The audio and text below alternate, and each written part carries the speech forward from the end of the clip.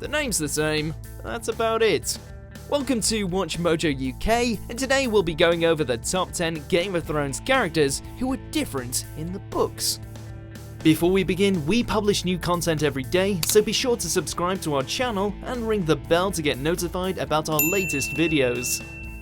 For this list, we'll be going over the characters from Game of Thrones who are very different in the A Song of Ice and Fire books the show is based on.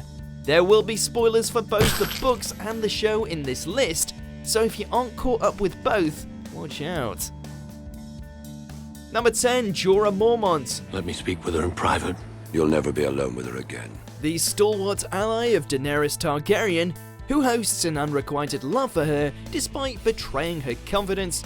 Jorah Mormont may be something of a silver fox in Game of Thrones, but the books paint a far less pretty picture. Jorah is described as middle-aged and balding, even if he is still physically fit. A slaver also brands him with a tattoo on one cheek for disobedience.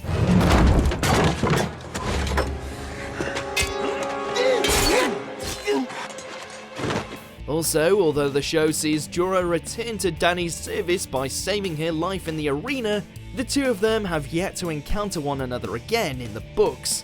Additionally, Jorah never catches grayscale. Is there a cure? I don't know. Number 9, Ellaria Sand. You're going to fight that? I'm going to kill that. Oberyn Martell's bastard paramour and the mother of some of his daughters, Ellaria Sand is depicted in Game of Thrones as being spiteful and murderous over her lover's death, usurping rule of Dorne from Oberyn's brother and killing Myrcella Baratheon.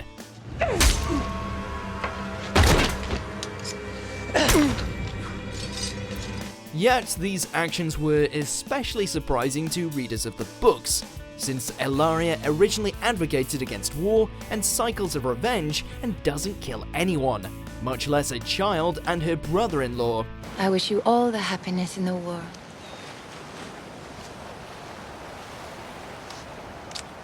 In the books, it's Oberyn's daughters, the Sand Snakes, who seek vengeance, which makes more sense as they're still immature.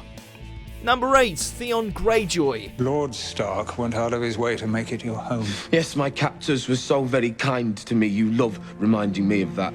The traitorous ward of the Starks, Theon Greyjoy may have a sort of redemption for his misdeeds after prolonged torture at the hands of Ramsay Bolton, but he suffers much more in the books, and he has more to make up for.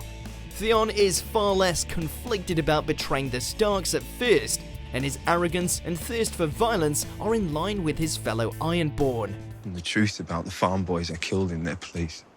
And the truth about Sir Roderick, who I beheaded. And the truth about Robb, who I betrayed.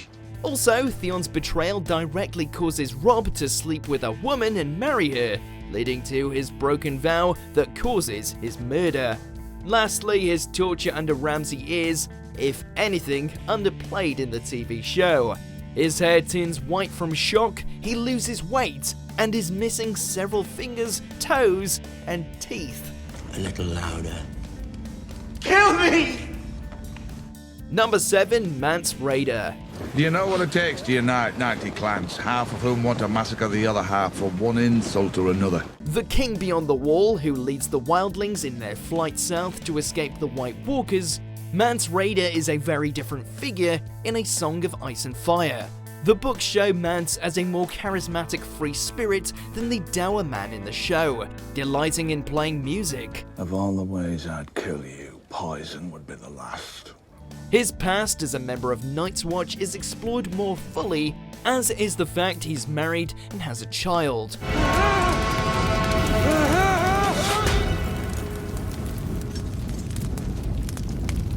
Most importantly though, is the fact that his death by burning is a ruse in the books, and Mance is still alive, at least as of this writing, and goes to Winterfell in an attempt to rescue who Jon believes to be his sister, only to be captured by Ramsay Bolton. Speaking of, number 6, Ramsay Bolton. Your daddy was mean to you? The Starks didn't appreciate you? Ramsay Snow, or later Ramsay Bolton, is literally a sadistic bastard, delighting in torture, rape, and other unspeakable torments. If anything, these appetites are toned down for the show compared to the books. We'd go into detail, but some of you may be eating while you watch this, so we'll refrain from any specifics.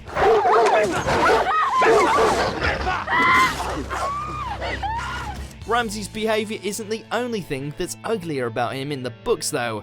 He's also just as awful in appearance. Although Euron Greyjoy is handsome and charismatic, Book Ramsay is large and thuggish looking. Ramsay is definitely one thing we're happy the show wasn't entirely faithful in recreating. Until when? Always. Forever. That's right. Until you're rotting in the ground. Number 5, Catelyn Stark. Ned, 10 is too young to see such things. He won't be a boy forever. The fiercely protective matriarch of the Stark family, Catelyn Stark is still much the same in the books, although she does display slightly more political acumen than in the series, such as the fact that it's she who insisted Ned go to King's Landing, not the other way round. Most notable, however, is the fact that she's another character who's still around in the books, or rather, has been brought back. They have your sisters. We have to get the girls back. And then we will kill them all. Following Kat's murder in the Red Wedding, she is resurrected as the vengeful Lady Stoneheart, who leads members of the Brotherhood Without Banners in acts of cruelty against those she holds responsible for her pain. Let him go, or I will cut your wife's throat. Number 4, Daario Naharis. Are you jealous? Do you think I'm petty enough to speak ill of a man just because he represents competition? A sellsword company leader in service to Daenerys Targaryen, Daario Naharis is very little like his TV show counterpart in the original story. For one thing, he's captain of the Stormcrows, not the Second Sons. As far as his appearance goes, think Captain Jack Sparrow from Pirates of the Caribbean, but even more flamboyant. Daario has a gold tooth, a yellow mustache, and a blue beard and hair. Neither actor gets that look right. You have something for me?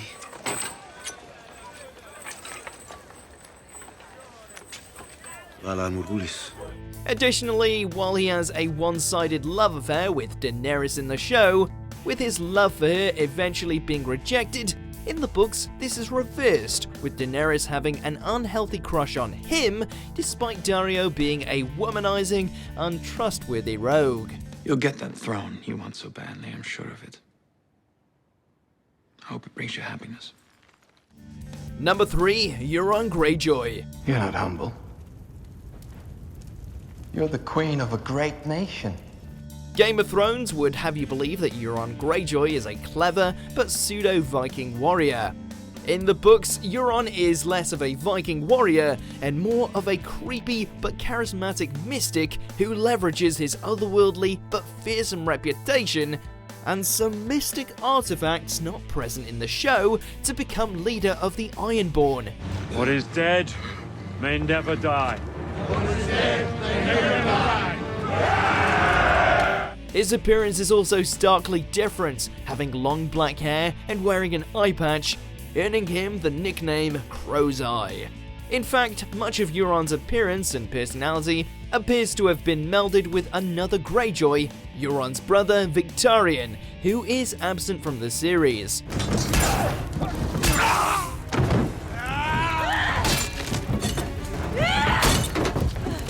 Number 2, Daenerys Targaryen. One of the series' most iconic characters isn't quite what Game of Thrones would have us believe. Firstly, her appearance differs slightly, as TV Daenerys lacks the Targaryens' characteristic purple eyes and is fairly thin and skinny. I need you to be perfect today. Can you do that for me? She's also around 5 years older than she is in the books, as she begins the story at around 13. Although still full of fire and blood, the books depict Daenerys as being more gentle, romantic, and naive. which is fitting given her younger age. Dracarys.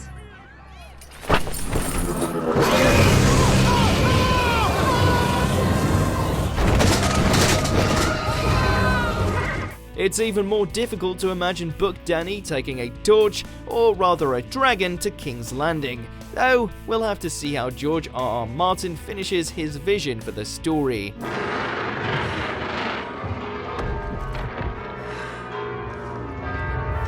Before we get to our top pick, here's some honourable mentions. You're the only one who can.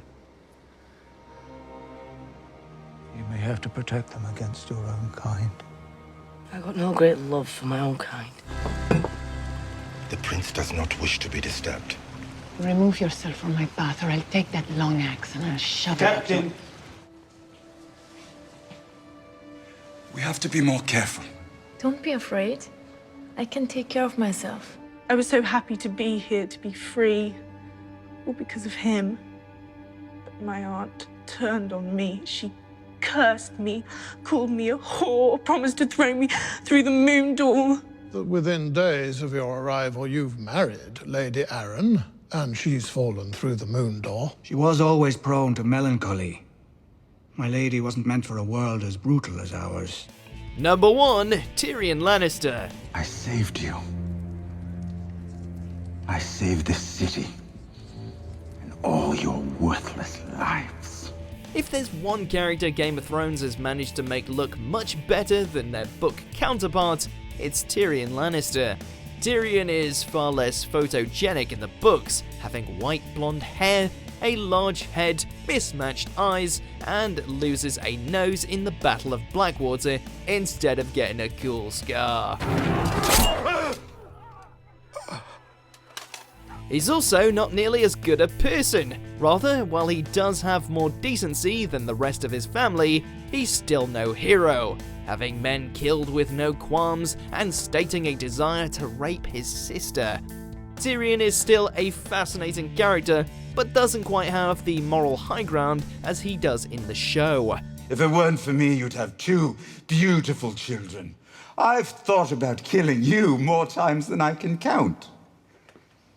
Do it! Say the word. Do you agree with our picks? Check out this other recent clip from WatchMojo UK and be sure to subscribe and ring the bell to be notified about our latest videos.